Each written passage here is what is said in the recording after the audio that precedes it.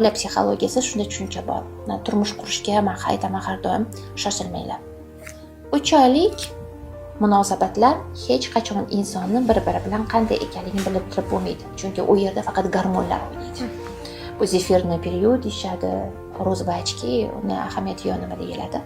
3 oy faqat gormon gapiradi, yangilik uning uchun. 3 oydan keyingi 3 oylikda xarakterlar shakllanadi. Ya'ni ikkita insonni xarakteri namoyon etadi, suduslik shunday chiqib qoladi. Keyingi 3 oylikda qabul qilish jarayoni boshlanadi. Agar mana shu keyingi 3 oylikda 6 oydan keyingi holatda bir-biringizni boringizcha qabul qilyapsizmi? Kamchiliklaringiz bilan tarbiya qilaman deb emas. Avvalay uni avvalay o'zim bilaman emas. Tegib olay o'zim bilaman emas. Tug'ib olay o'zim bilaman emas.